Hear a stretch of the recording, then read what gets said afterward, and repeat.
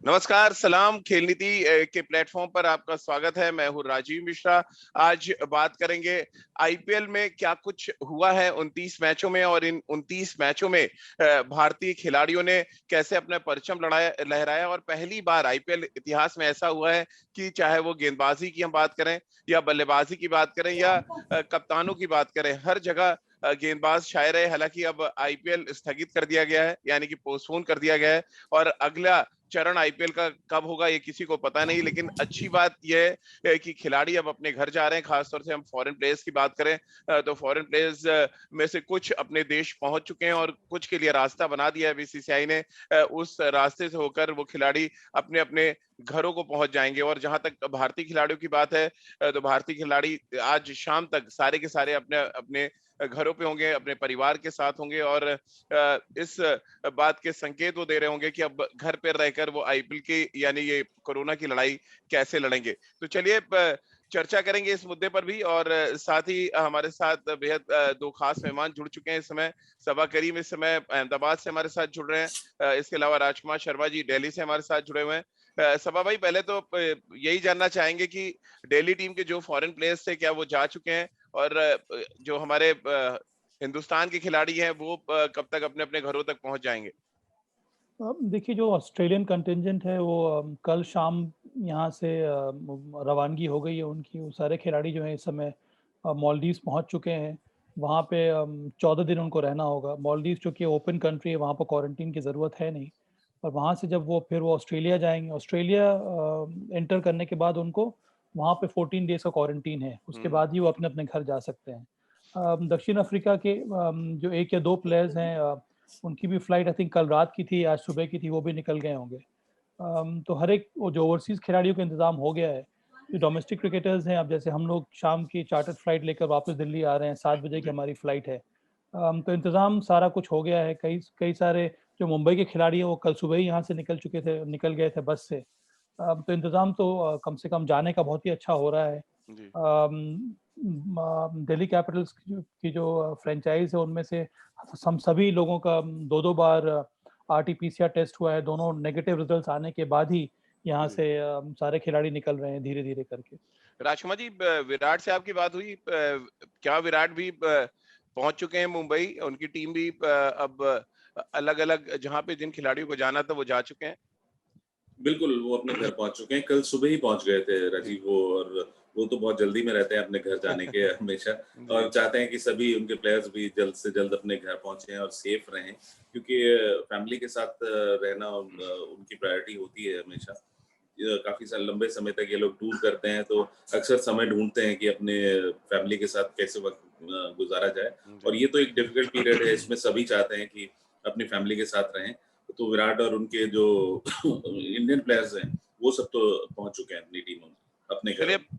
अब थोड़ी बात कर लेते हैं 29 मैचों की, क्योंकि हमेशा कहते हैं कि जब बहुत ज्यादा नेगेटिव एनवायरनमेंट हो तब आप पॉजिटिव चीजें वहां से कैसे निकाल कर लाते हैं, ये बड़ा इंपॉर्टेंट होता है। और क्योंकि 29 मैच जो खेले गए वहां पर बहुत सी ऐसी पॉजिटिव बातें हुई जो भारतीय क्रिकेट के लिए कम से कम एक अच्छे संकेत हैं, शुभ संकेत इसको माने जा सकते हैं। खासतौर से अगर हम बल्लेबाजी में बात करें, कई युवा खिलाड़ियों ने बहुत शानदार प्रदर्शन किया। गेंदबाजी में कुछ ऐसे चेहरे निकलकर सामने आए जिनसे हम बेहतर भविष्य की उम्मीद कर सकते हैं। और सबब शुरुआत अगर हम बैटिंग डिपार्टमेंट से करें, एक तो मैन ऑफ द मैच ज्यादातर मैचों में 29 मैचों में भारतीय खिलाड़ी रहे। इसके अलावा अगर हम टॉप 5 बल्लेबाजों की लिस्ट पर नजर डाल रहे तो वहां पर फाफ डुप्लेसिस को हटा दे तो 4 भारतीय बल्लेबाज हैं। और उन 4 भारतीय बल्लेबाजों में 2 एक्सपीरियंस बैट्समैन है, तो 2 हमारे युवा जनरेशन के बैट्समैन है। तो युवा जनरेशन से ही शुरुआत कर लेते हैं। जिस तरह की बैटिंग पृथ्वी शॉ ने की है और वो दिल्ली कैपिटल से आते हैं, एक तरह से रिवाइवल उनके लिए माना जाए। संजीवनी देने का काम किया है इस आईपीएल ने, क्योंकि एक समय ऐसा था सेलेक्टर्स की गुड बुक से वो हट चुके थे ऑस्ट्रेलिया दौरे के बाद। क्या इस टूर्नामेंट ने उनको दोबारा से ऑक्सीजन दे दिया है कि वो सेलेक्टर्स की गुड गुड बुक पे आ चुके होंगे? मुझे लगता है राजीव कि ये जो फेज 2 रहा है पृथ्वी शॉ का, वो बहुत ही जी। रिफ्रेशिंग है। जिस तरह से उन्होंने डोमेस्टिक मैचेस को अप्रोच किया, जिस तरह से उन्होंने आईपीएल के मैचेस में बल्लेबाजी की, जितनी मेहनत उन्होंने अपने तकनीक पे की, अपने टेम्परामेंट में की, और बहुत कुछ निर्भर करता है कि कोच आपको क्या-क्या प्रोवाइड कर रहा है। देखिए बहुत सारे डेटा अवेलेबल हैं, पृथ्वी शॉ के इंटरनेशनल मैचेस के डेटा अवेलेबल हैं, आईपीएल में पिछले साल उन्होंने किस तरह से बल्लेबाजी की थी, बॉलर्स उनको कहाँ पे टारगेट कर रहे हैं। अब उदाहरण के तौर पर पिछली बार अगर आपको याद होगा आईपीएल सीजन में, तो वो शॉर्ट बॉल पर पेस बॉलर्स पर वो आउट हो जा रहे थे। शॉर्ट बॉल जो उनके राइट शोल्डर के तरफ डायरेक्टेड है, वो उसको हुक करने की कोशिश में वो आउट हो जा रहे थे। तो ये सारा डेटा अवेलेबल रहता है हर एक डेटा एनालिस्ट के पास, और वो कोच को प्रोवाइड किया जाता है। अब ये निर्भर करता है कि कोच किस प्रकार से ये सारी बातें कम्युनिकेट कर रहा है प्लेयर को, और वो प्लेयर जो है उस पर किस तरह से मेहनत कर रहा है। तो इस बार आपने देखा होगा थोड़ा उन्होंने स्टांस अपना और ओपन कर लिया ताकि वो शॉर्ट डिलीवरी को आसानी से खेल सके, और इस बार एक बार भी वो शॉर्ट डिलीवरी पर आउट हुए नहीं है। इसका मतलब यही था कि बहुत जल्दी वो लेंथ को पिक कर रहे थे, उनकी पोजीशन अच्छी थी और आसानी से वो हुक और पुल शॉट लगा रहे थे। तो ये जो निरंतर अपने खेल पर सुधार लाना, जो गलतियां हैं उसको दूर करना, मानसिक रूप से अपने आप को और स्ट्रांग बनाना, ये चीजें इस बार पृथ्वी शॉ के बल्लेबाजी में, उनके टेम्परामेंट में नजर आई है। और मुझे तो ये भी लगता है, जब मेरी भेंट हुई पृथ्वी शॉ से, मुझे लगा है कि एक फिटनेस पर उन्होंने बहुत ज्यादा मेहनत की। जितना जितना एरिया वो ग्राउंड में कवर कर रहे थे, वो स्वीपर कवर में फील्डिंग कर रहे थे, तो मुझे लगता है ये सारी चीजें दिखला रही थी कि इस बार उनमें जोश कुछ अलग प्रकार का था, और उन्होंने ये मन बना लिया है कि उनकी अगर वापसी होनी है अंतर्राष्ट्रीय क्रिकेट में, तो फिर यही रास्ता है वापस जाने का। ढेर सारे रन्स बनाइए डोमेस्टिक क्रिकेट में, ढेर सारे रन्स बनाइए आईपीएल में, उसके बाद ही वो वापस दरवाजा खटखटा सकते हैं भारतीय टीम का। राजकुमार जी, एक जो इस आईपीएल सीजन 14 में पृथ्वी शॉ से चर्चा की शुरुआत हमने इसलिए की है क्योंकि इस टूर्नामेंट में कोई अगर ऑन द राइज सबसे अच्छे ड्राइव्स मारते नजर आया तो वो पृथ्वी शॉ थे। इतने बड़े बड़े सुपरस्टार्स बैटिंग कर रहे थे, बट पृथ्वी शॉ अलग खड़े नजर आ रहे थे, बिकॉज कि उन्होंने खराब विकेटों में भी ऑन द राइज इतना अच्छा टाइम किया अपने शॉट्स को। 308 रन उन्होंने बनाए हैं 8 मैचों में, जो ये दर्शाता है एक तो कंसिस्टेंट तरीके से वो कंट्रीब्यूट कर रहे थे। ऐसा नहीं था कि एक 100 बनाया फिर उसके बाद 6 मैचों में और रन नहीं बनाया। तो ये एक दो जो ऑन द राइज वो शॉट्स उन्होंने खेले हैं, उसके बारे में कुछ डिस्क्राइब करें। और एक ओवर में जो 6 चौके उन्होंने लगाए, वो क्रिकेट हिस्ट्री के T20 क्रिकेट हिस्ट्री के पहले से ओपनिंग बैट्समैन बन गए जिन्होंने पहले ही ओवर में 6 चौके लगा दिए। राजीव बहुत एक फियरलेस क्रिकेट खेली है, और जैसा कि साबा ने कहा कि उन्होंने अपनी टेक्निक पर काफी काम किया है और मेहनत की है, तो वो मेहनत का नतीजा दिखाई भी दे रहा था। वो भले ही आप विजय हजारे ट्रॉफी देखें या सैयद मुश्ताक अली ट्रॉफी देखें, वहां से जो उनको मोमेंटम मिला, तो उसके बाद उन्होंने उसको कंटिन्यू रखा है। सभी जानते हैं कि बहुत अच्छी टेक्निक है उनकी, और बहुत अपराइट खेलते हैं वो। थोड़े शॉर्ट हाइट के हैं तो ऑन द राइज खेलना उनके लिए थोड़ा आसान होता है राजीव, क्योंकि बॉल उनको मिलता है और उसको बहुत अच्छे से उन्होंने वो शॉट्स खेले। विकेट्स का बहुत अच्छा उन्हें आइडिया था, क्योंकि कंटिन्यूस क्रिकेट खेल रहे थे वो। तो मुंबई की विकेट्स पे वो भली भांति जानते हैं कि बॉल थोड़ा बाउंस होता है, और फॉर्चुनेटली उनके लिए अब दिल्ली का विकेट भी बहुत अच्छा हो गया, जहाँ पे बाउंस अच्छा था और आप ट्रस्ट कर सकते हैं उस बाउंस को। तो उसी के मद्देनजर बेहतरीन उन्होंने बल्लेबाजी की और फियरलेस क्रिकेट खेला, और सभी जानते हैं कि बहुत टैलेंटेड क्रिकेटर हैं, इसीलिए इतनी शॉर्ट एज में उनको भारतीय टीम में लाया गया था। अनफॉर्चुनेटली वो टीम से बाहर हो गए थे, क्योंकि उनका प्रदर्शन बहुत अच्छा नहीं रहा था। लेकिन अब उन्होंने दोबारा अपनी फॉर्म और अपना टेम्परामेंट पा लिया है, तो आने वाले दिनों में मुझे लगता है कि वो अपनी जगह जरूर पक्की कर पाएंगे भारतीय टीम में। सभा में क्योंकि ऑन द राइज शॉट्स की बात कर रहा था, और ये जो जहाँ पे डबल स्पेस्ड विकेटें हैं या जहाँ पे डबल बाउंस है यानी दोहरी उछाल है, वहां पे इजी नहीं होता खेलना। कैसे आप पृथ्वी शॉ की टेक्निक को डिस्क्राइब करेंगे, उनकी ग्रिप को कैसे आप बताएंगे जो हमारे व्यूवर्स सुन रहे हैं, हमारे जो दर्शक देख रहे हैं, क्योंकि ये बड़ा इंपॉर्टेंट होता है, आप ग्रिप कैसे करते हैं बैट को ऑन द राइज खेलने के लिए। और दूसरा जो अप्रोच था, जिस तरह से उन्होंने इनकमिंग डिलीवरीज के खिलाफ मिड विकेट या स्क्वायर लेग पे खेलने की जगह उन्होंने लॉन्ग ऑन और मिड विकेट पे खेलने की कोशिश की, उस बीच में क्या ये एक बड़ा चेंज था उनकी बैटिंग में जिसकी वजह से बहुत सक्सेसफुल रहे जो 29 मैच खेले गए अभी तक? हाँ राजीव, ऑन द राइज खेलना उतना आसान होता नहीं है। ऑन द राइज निर्भर करता है आपके बैट स्पीड और इम्पैक्ट पे, कि आपकी जो बैकलिफ्ट है वहां से जो बल्ला नीचे आ रहा है उसकी स्पीड क्या है, और आप कब कनेक्ट कर रहे हैं बॉल के साथ। जब आप अपने सर के नीचे, आंखों के नीचे कनेक्ट कर रहे हैं, तभी आपकी टाइमिंग नजर आएगी, जो कि पृथ्वी शॉ के बल्लेबाजी में देखने को मिलती है। एक बहुत बड़ा एडवांटेज पृथ्वी शॉ के साथ यह है कि उनकी जो बैकलिफ्ट है, हाई बैकलिफ्ट है। घूम के बल्ला बल्ला आता है। पर अच्छी बात ये है ब्रायन कि जब लारा की बल्ला, याद दिलाते हैं, ऐसा लगता हाँ है कभी हाँ कभी हाँ, जी। जब बल्ला नीचे आता है पर तो उनका सीधा आ रहा है।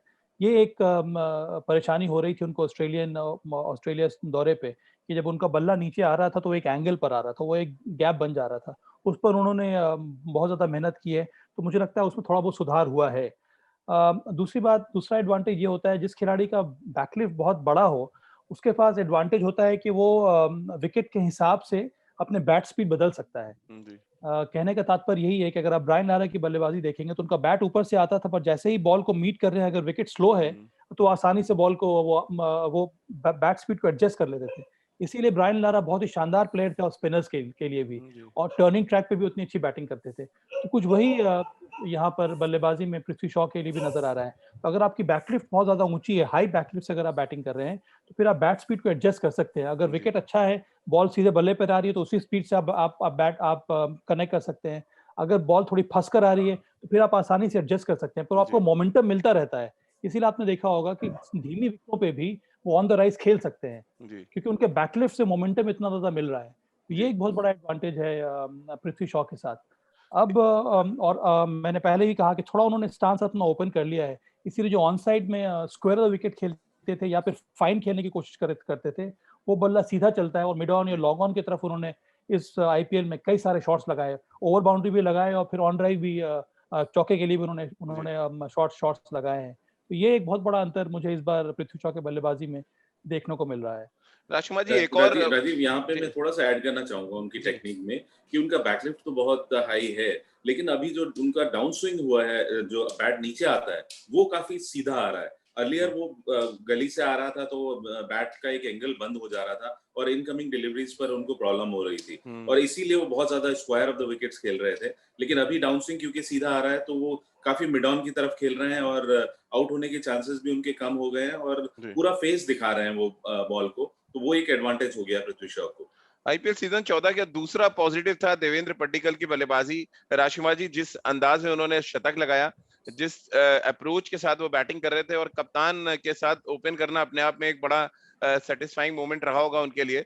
कैसे आप देखते हैं, क्या कुछ इम्पैक्ट उन्होंने डाला आईपीएल सीजन 14 में? जब ये टूर्नामेंट स्थगित हुआ तब तक तो एक ब्राइट स्टार के तौर पे उनको देखा जाने लगा था।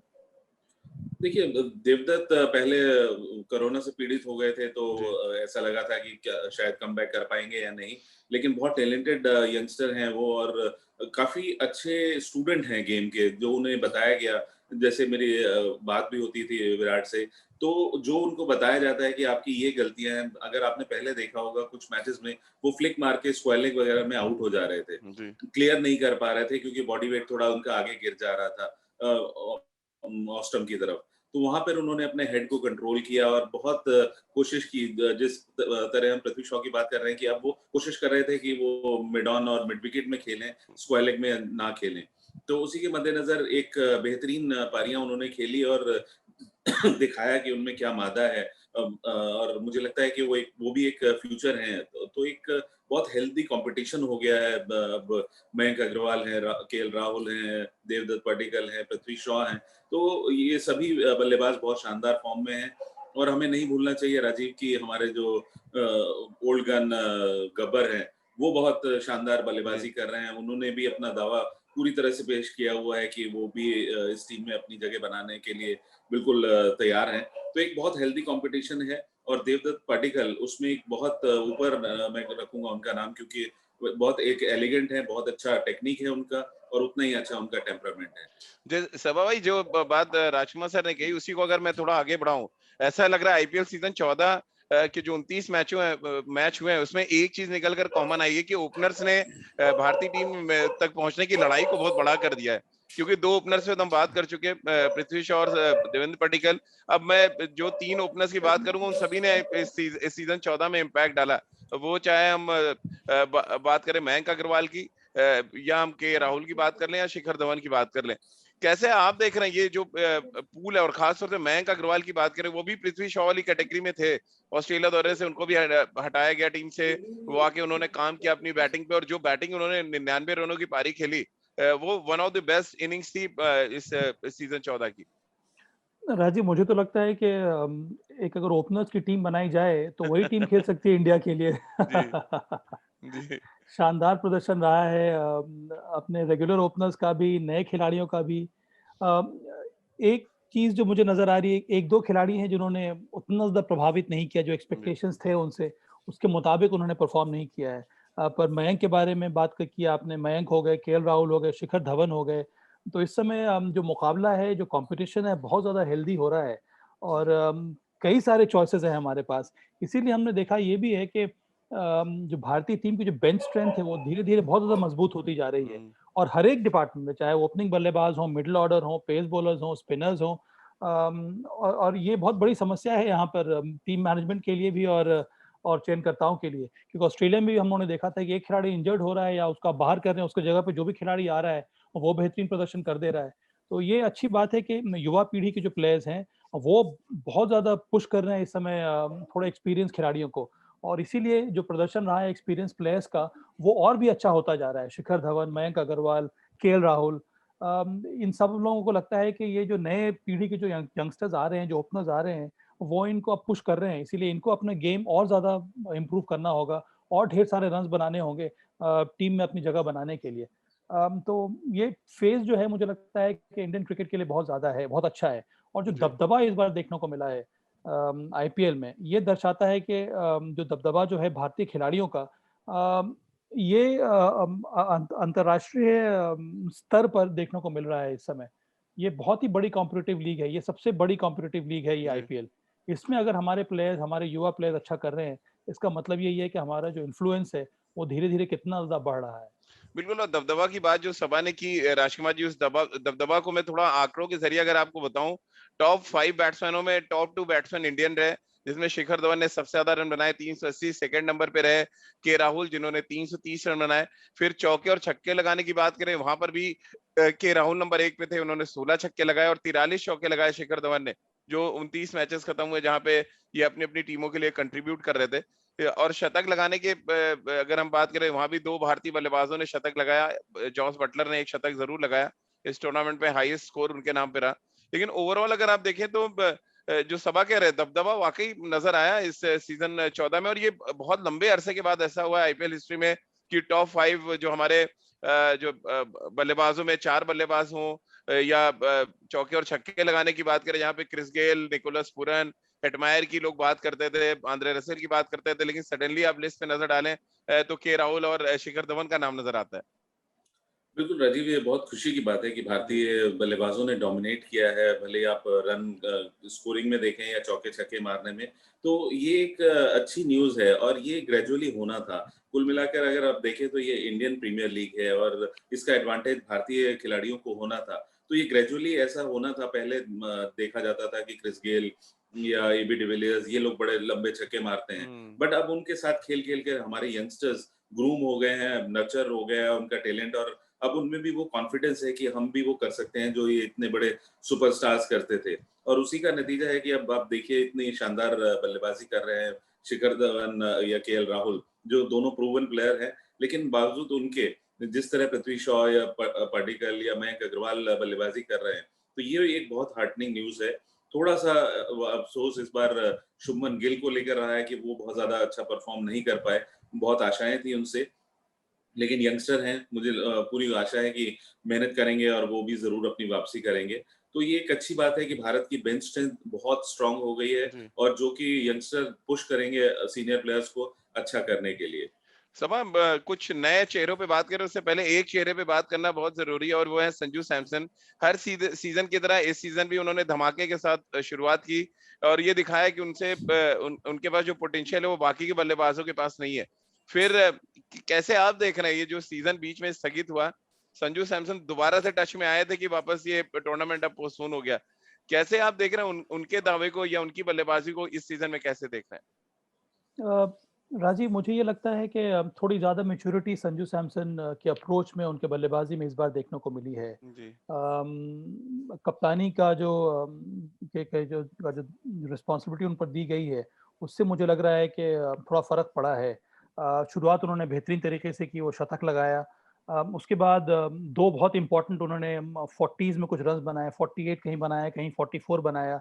अब 7 या 8 पारियों में उन्होंने कम से कम 3 इंपॉर्टेंट कंट्रीब्यूशंस दिए हैं। जी और ये मुझे लगता है कि पहली बार है कि आईपीएल सीजन में उनकी बल्लेबाजी में थोड़ा बहुत निखार देखने को मिल रहा है। जनरली पूरे के पूरे सीजन में वो एक अच्छी पारी खेलती थे, उसके बाद उनका जो रन रेट है या फिर जो एवरेज है बहुत ज्यादा नीचे नीचे चला जाता था। जी तो मुझे लगता है कि संजू सैमसन एक साल पहले तक नंबर 1 प्लेयर थे वो टी20 के, सब लोग उन्हीं के बारे में बात करते थे। जी पर वो रन हुआ नहीं, उनको बहुत जल्दी बाहर कर दिया। इसलिए मुझे हमेशा लगता है कि खिलाड़ी को बिल्ड होने में, खिलाड़ी को बनाने में, खिलाड़ी को खुद बनने में थोड़ा समय लगता है। अब भारत में प्रॉब्लम ये हो रही है राजीव, की प्रेशर इतना ज्यादा रहता है, इतने सारे नए खिलाड़ी आ रहे हैं कि टीम मैनेजमेंट या फिर चयनकर्ता भी बहुत जल्दी चेंजेस कर देते हैं। मुझे लगता है कि संजू सैमसन में अगर हम सभी युवा पीढ़ी में देखेंगे तो वो नंबर 1 खिलाड़ी हैं। जितना एफर्टलेस उनकी बल्लेबाजी रहती है, जो टाइमिंग के साथ वो बैटिंग करते हैं, जिस प्रकार के बड़े-बड़े शॉट्स वो लगा सकते हैं, तो बहुत बहुत ज़्यादा ज़रूरी है कि हम संजू सैमसन जैसे प्लेयर को शानदार तरीके से उनको हम ट्रीट करें, उनको जी थोड़ा बहुत जगह दें, थोड़ा स्पेस दें, तभी वो खिलाड़ी मुझे तो लगता है कि Sanju Samson multi format player हैं। अगर जी उनको ठीक तरह से ट्रीट किया जाए, तो वो एक ऐसा खिलाड़ी है जो हर एक फॉर्मेट खेल सकता है।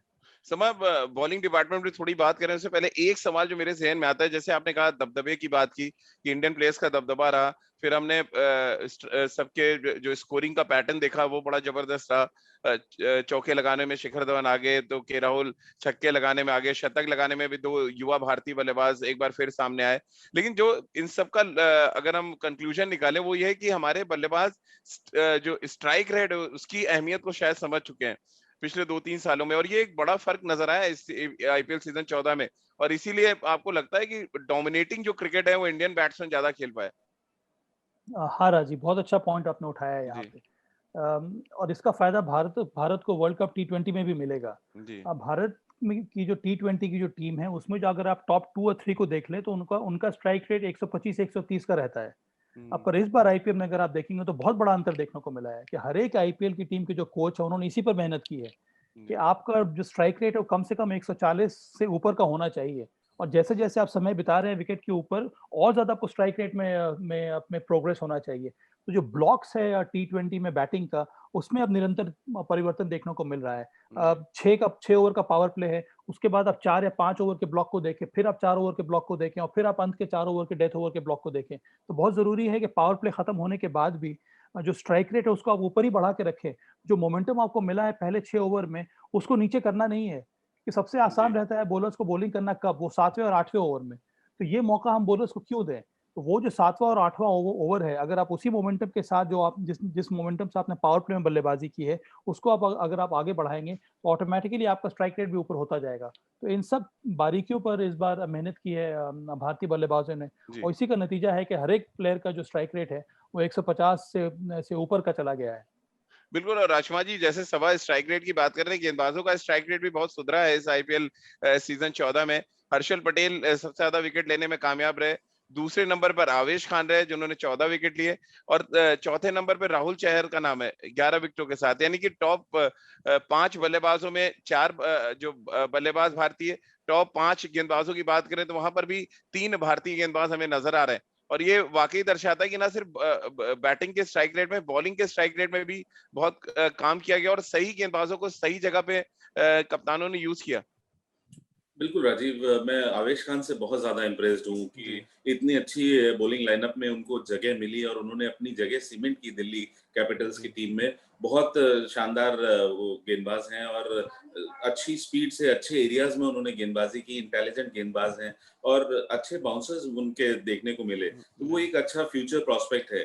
और जहाँ तक हर्षल पटेल की बात करें तो उन्होंने उनको एक रोल दिया गया था कि आपने डेथ ओवर्स में गेंदबाजी करनी है, क्योंकि वो एक वीक लिंक था आरसीबी का और उन्होंने उसे भली-भांति निभाया। लास्ट के 1-2 मैचेस में ज़रूर उनको मार पड़ी, लेकिन अदरवाइज़ उन्होंने बहुत अच्छे से पहले 2 मैचेस आरसीबी को जिताए, 3-3, 4-4 विकेटें लेकर डेथ ओवर्स में।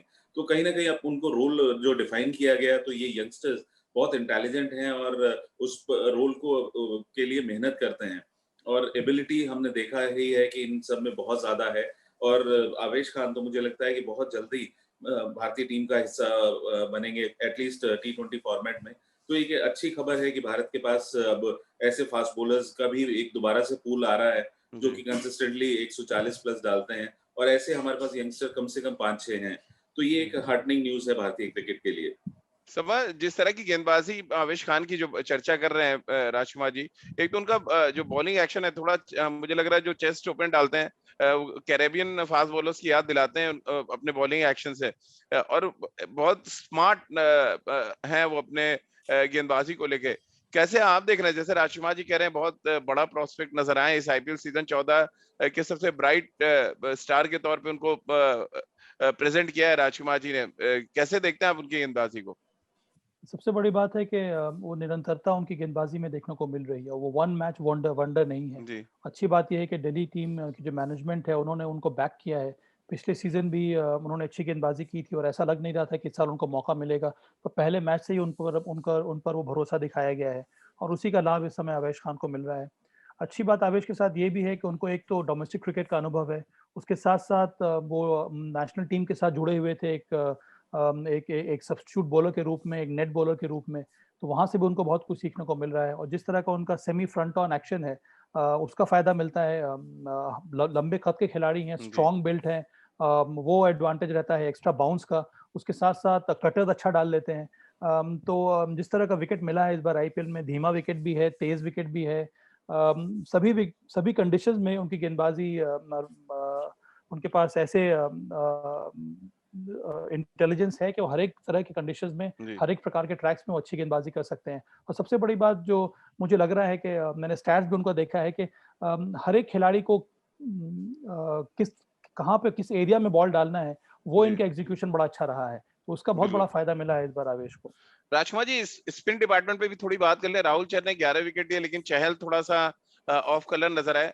हरप्रीत बरार ने जिस तरह की गेंदबाजी की 2 मैचों में, लेफ्ट आर्म स्पिनर है, एक लंबे अरसे से हम देख रहे थे। अक्षर पटेल ने कोरोना के बाद बहुत अच्छी वापसी की। स्पिनर्स के प्रदर्शन को कैसे आप देखते हैं अब जो मैचेस खत्म हुए स्थगित होने के पहले तक? देखिए, उनका प्रदर्शन मैं कहूँगा एवरेज ही रहा है राजीव, बहुत अच्छा जी नहीं रहा भारतीय स्पिनर्स का प्रदर्शन, और मुझे उनसे ज़्यादा उम्मीदें थी इस प्रदर्शन से। जी और जहाँ तक हरप्रीत बरार की बात है, तो वो एक नए लेफ्ट आर्म स्पिनर हैं और उन्होंने सरप्राइज़ किया है सभी को। एक जी अच्छा प्रॉस्पेक्ट है, और जिस तरह अभी वो मैच्योर होंगे और जिस तरह उनको ग्रूम किया जाएगा, तो एक अच्छा वो प्रॉस्पेक्ट नज़र आ रहे हैं, क्योंकि हाई आर्म उनका बॉलिंग एक्शन है, अच्छा स्पिन करते हैं, और अभी वो डर नहीं रहे हैं फ्लाइट करने से। तो आगे जब मार पड़ती है तब स्पिनर थोड़ा-सा चोरी करने लगता है।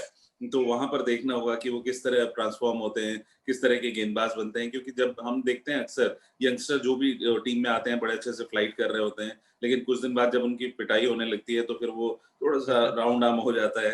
तो वहाँ पर अभी सीखने की बारी है, लेकिन एक सरप्राइज़ पैकेज था और उन्होंने सबको सरप्राइज़ किया और बेहतरीन विकेटें ली हैं।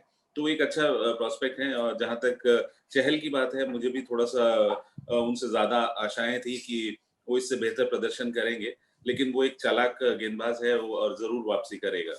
सभा बहुत संक्षेप में, क्योंकि टाइम खत्म हो रहा है। जो राजकुमार जी कह रहे हैं कि स्पिनर से बहुत ज्यादा इम्प्रेस नहीं हुए इस आईपीएल सीजन 14 में, इत्तेफाक रखते हैं आप राजकुमार सर की बात से? हाँ, थोड़ा और अच्छी गेंदबाजी होनी चाहिए थी, जी खास करके जिस तरह के विकेट्स मिले हैं। चेन्नई में मैचेस हुआ है, मुंबई में भी बॉल कई बार फंस कर आई है। दिल्ली को अगर जी आप हटा दें, अहमदाबाद का विकेट भी सूट किया है स्पिनर्स को।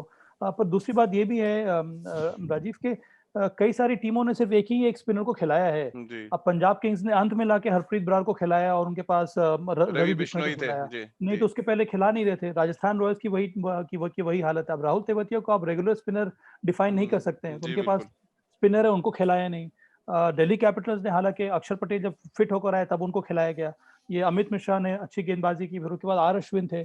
जो स्पिनर्स हैं उन्होंने अपने हिसाब से गेंदबाजी ठीक जी ठाक की है, पर हाँ और भी ज्यादा इंप्रूवमेंट देखने को मिल रहा है। एक और बात है राजीव, मुझे लगता है कि इतने सारे अच्छे परफॉर्मेंसेस देखने को मिल रहे हैं, नेशनल टीम में एंट्री के लिए बहुत जरूरी है कि आप इन खिलाड़ियों को कम से कम 2 साल देखें जी आईपीएल सीजन में, और उसके साथ साथ उनका डोमेस्टिक भी देखें, वहां पर किस प्रकार से परफॉर्म कर रहे हैं, उसके बाद आप उनकी एंट्री होनी चाहिए। ये इतनी ज्यादा जल्दबाजी भी नहीं होनी चाहिए खिलाड़ियों को नेशनल टीम में घुसाने की, क्योंकि जी जगह नहीं है आपके पास वहां पर। अगर आप बहुत जल्दी करेंगे तो फिर अंदर जो टीम बनी हुई है आपकी, वो बहुत ज्यादा इनसिक्योर हो जाएगी।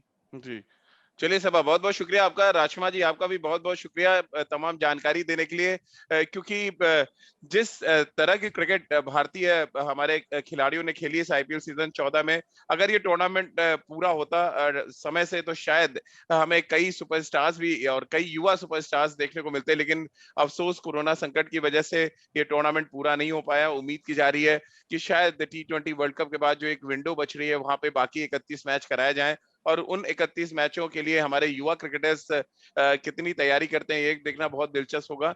और साथ ही अगर हम बात करें, जो हमारे सीनियर क्रिकेटर्स हैं, उन्होंने भी बड़ा इम्पैक्ट डाला, और कुल मिलाकर आईपीएल सीजन 14 के 29 मैचों की अगर हम समरी पर नजर डालें या उसको विश्लेषण करें, तो एक बात तो निकलकर सामने आएगी कि भारतीय जो खिलाड़ी हैं वो पूरी तरह से छाए रहे 29 मैचों में। बहुत बहुत शुक्रिया सभा भाई आपका, और राजकुमार जी आपका हमारे साथ जुड़ने के लिए। और खेल नीति से जुड़ने के लिए आप रोज हमारे साथ जुड़ सकते हैं। क्रिकेट के अलग अलग टॉपिक्स पे जो बारीकियां हैं क्रिकेट की, वो हम आप तक पहुंचाते रहेंगे अपने क्रिकेट एक्सपर्ट्स के माध्यम से। आप हमारे साथ जुड़ सकते हैं आईवीएम पॉडकास्ट के यूट्यूब चैनल पर, और आईवीएम पॉडकास्ट के फेसबुक पेज पर। साथ ही आप इंस्टाग्राम और ट्विटर पर मेरे साथ जुड़ सकते हैं, @राजीव मिश्र पे आप अपने सवाल भेज सकते हैं। इसके अलावा खेल नीति का हर एपिसोड आप सुन सकते हैं आईवीएम पॉडकास्ट के प्लेटफॉर्म पर। साथ ही गाना, स्पॉटिफाई, सावन, गूगल पॉडकास्ट या आईवीएम पॉडकास्ट के अन्य प्लेटफॉर्म पे आप खेल नीति के हर एपिसोड को बहुत आराम से सुन सकते हैं। क्रिकेट की तमाम बारीकियों को सुन सकते हैं और समझ सकते हैं। बहुत बहुत शुक्रिया आपका हमारे साथ जुड़ने के लिए। IVM